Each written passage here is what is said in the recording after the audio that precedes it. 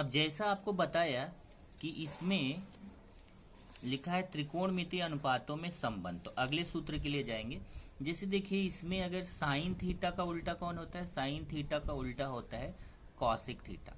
इसलिए अगर sine theta और कॉसिक थीटा का आप गुणा करेंगे तो आएगा 1। साइन थीटा और कॉसिक थीटा का गुणा करेंगे कैसे आएगा 1। और बहुत आसान है, साइन थीटा और कॉसिक थीटा का 1 कैसे आएगा उसको आप यहाँ पे देख सकते हैं। जैसे अगर मैं साइन थीटा है गुणे कॉसिक थीटा ये निकालना है, तो साइन थीटा का सूत्र होता है सम्मुख भुजा बटे कर्ण, गुणे कॉसिक थीटा का फॉर्मूला होता है कर्ण बटे सम्मुख भुजा। अब यहां से देखिए कर्ण कर्ण कट जाएगा, सम्मुख भुजा कट जाएगा, तो पूरा कट गया, मतलब कितना आया 1। अब आप बोलेंगे पूरा कट के 0 आना चाहिए। जब माइनस में कटता है, जैसे ऐसे देखिए 2 ऋण 2 माइनस में कटेगा तो 0 आता है, और जब बटे में कटता है तो 1 आता है। हमारा ये बटे में कट रहा है इसलिए यहाँ कितना आएगा 1। तो साइन थीटा गुणे कॉसिक थीटा का मान कितना आ गया 1।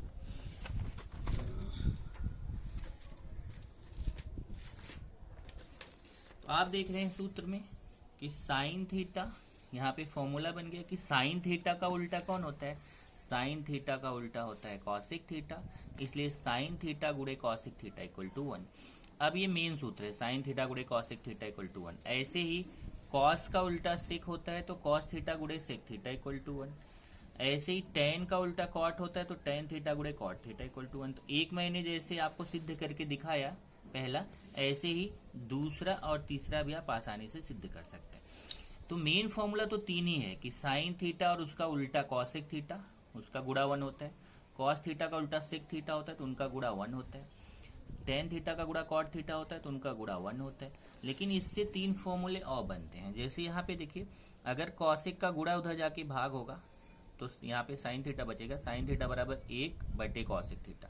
लेकिन अगर आप साइन को उधर बटे में लेके जाते हैं तो यहाँ कॉसिक थीटा बचेगा, कॉसिक थीटा बराबर 1 बटे साइन थीटा। तो इस तरीके से एक फॉर्मूला है, इससे 2 फॉर्मूला और बना सकते हैं। ऐसे यहाँ पे देखिए ये मेन फॉर्मूला 1 है कॉस थीटा गुणे सेक थीटा। एक बार सेक बटे में गया तो एक फॉर्मूला बनेगा, एक बार कॉस बटे में गया तो एक फॉर्मूला बनेगा। इसी तरीके से टेन थीटा कॉट थीटा 1 है तो इससे भी आप 2 फॉर्मूले और बना सकते हैं। तो कुल फॉर्मूले तो मेन 3 है पर बन गए कितने 9। इसी तरीके से है त्रिकोणमितीय सर्वसमीकाएं। त्रिकोणमितीय सर्वसमीकाएं एक शब्द आता है सर्वसमीकाएं। सर्वसमीकाएं का मतलब होता है कि ऐसा सूत्र जो थीटा के प्रत्येक मान के लिए सत्य हो। इसका मतलब आप देखिए यहाँ पे सूत्र है sine square theta plus cos square theta equal to 1। आप यहाँ थीटा की जगह कुछ भी रखिए, चाहे थीटा की जगह x रखिए, चाहे y रखिए, चाहे 30 अंश रखिए, चाहे 60 अंश रखिए, चाहे 10 अंश रखिए, चाहे 5 अंश रखिए, मतलब थीटा की जगह कुछ भी रखो, बस ये दोनों जगह समान संख्या होनी चाहिए, तो हमेशा इसका मान 1 आएगा। इसको बोलते हैं सर्वसमीकाएं। तो मेन फॉर्मूला यहाँ पे भी देखिए 3 है, sine square theta plus cos square theta 1। ऐसे ही दूसरा है sec square theta minus tan square theta 1, और एक है cosec square theta minus cot square theta 1। तो मेन फॉर्मूला 3 ही है, sine square theta plus cos square theta equal to 1, sec square theta minus tan square theta equal to 1, cosec square theta minus cot square theta equal to 1। लेकिन इससे ये 2 formula और बनता है। कैसे आप चेक कर सकते हैं, जैसे प्लस है उधर जाके माइनस हो गया, ये प्लस कॉस स्क्वायर थीटा उधर जाके माइनस कॉस स्क्वायर थीटा, इधर बचेगा साइन स्क्वायर थीटा, ये 1 माइनस कॉस स्क्वायर थीटा। या अगर आप साइन स्क्वायर थीटा को उधर लेके जाते हैं तो इधर कॉस स्क्वायर थीटा बचेगा, ये 1 माइनस साइन स्क्वायर थीटा। इसी तरीके से यहाँ देखिए माइनस टेन स्क्वायर थीटा उधर जाके प्लस टेन स्क्वायर थीटा होगा, तो यहाँ बचेगा सेक स्क्वायर थीटा, ये हो जाएगा 1 प्लस टेन स्क्वायर थीटा। या फिर आप ये 1 को इधर लेके आओ, प्लस इधर आके माइनस होने जाएगा, तो sec square theta minus 1 equal to tan square theta. इसी तरीके से ये तीसरे में भी। तो आप देख रहे हैं मेन फॉर्मूला 3 है पर इससे 2 फॉर्मूले और बन के टोटल फॉर्मूले बनते हैं कितने 9। तो ये आपके त्रिकोणमितीय सर्वसमीकाएं हैं।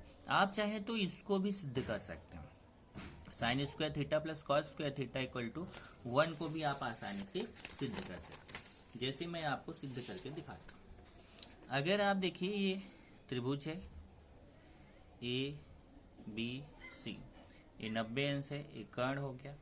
अगर मैं यहाँ पे थीटा ले लूं तो थीटा के सामने ये सम्मुख भुजा हो जाएगी और ये संलग्न भुजा हो जाएगी, संलग्न भुजा। अब ध्यान से देखिएगा, साइन थीटा में निकालने चल रहा हूँ। साइन थीटा क्या होता है? साइन थीटा होता है सम्मुख भुजा बटे कर्ण। अब थीटा के सम्मुख भुजा कौन है? ए बी, और कर्ण कौन है? कर्ण है ए सी। इसी तरीके से मैं कॉस थीटा निकालूंगा, तो कॉस थीटा क्या होता है? संलग्न भुजा बटे कर्ण। अब इसमें संलग्न भुजा कौन है? बी सी, कर्ण कौन है? ए सी, तो बी सी बटा ए सी। तो मैंने साइन थीटा और कॉस थीटा का मान निकाल लिया। और ये आप जान रहे हैं 90 अंश है, तो यहाँ पाइथागोरस का प्रमेय भी लगेगा।